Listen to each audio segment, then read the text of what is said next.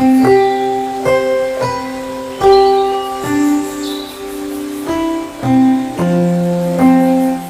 हूं doctor R.C. Agarwal. Fatty liver disease यानी कि लिवर में फैट या चर्बी जमा होना दो प्रकार की होती है। नंबर 1, अल्कोहल के कारण होने वाली अल्कोहलिक फैटी लिवर डिजीज़, और नंबर 2, अल्कोहल के अतिरिक्त अन्य कारणों से लिवर में फैट जमा होने वाली non alcoholic fatty liver disease. आज हम बात करेंगे non alcoholic fatty liver disease के विषय में, यानी कि अल्कोहल के अतिरिक्त अन्य कारणों से लिवर में फैट जमा हो जाना।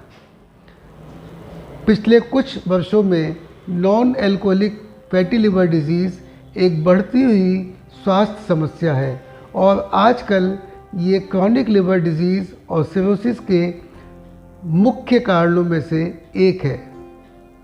Non alcoholic fatty liver disease मुख्यतः दो प्रकार की होती है। नंबर 1, सिंपल फैटी लिवर या नॉन अल्कोहलिक फैटी लिवर, जिसमें लिवर के अंदर कोई कड़ापन या फाइब्रोसिस नहीं होती और आउटकम अच्छा होता है। और नंबर 2, नॉन अल्कोहलिक स्टीएटोहेपेटाइटिस या नैश, जिसमें लिवर के अंदर कड़ापन या फाइब्रोसिस होता है और आउटकम उतना अच्छा नहीं होता।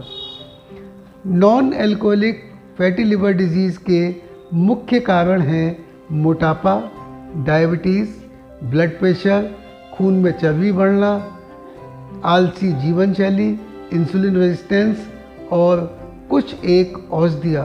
Non alcoholic fatty liver disease आमतौर पर non alcoholic fatty liver disease के मरीज़ में आमतौर पर कोई लक्षण नहीं होता और इसकी पकड़ खून में एबनॉर्मल लिवर फंक्शन टेस्ट द्वारा या पेट के अल्ट्रासाउंड के द्वारा होती है। लेकिन कुछ मरीज़ों में कुछ सामान्य लक्षण देखने को मिल सकते हैं, जैसे कि पेट में भारीपन, पेट में दर्द, अपच, भूख कम लगना, जी मालिश इत्यादि। लेकिन non alcoholic fatty liver disease में अल्कोहलिक फैटी लिवर डिजीज़ की भांति जॉन्डिस या पीलिया देखने को नहीं मिलता है। नॉन फैटी लिवर डिजीज़ के इलाज के लिए कोई विशेष औषधि नहीं होती है।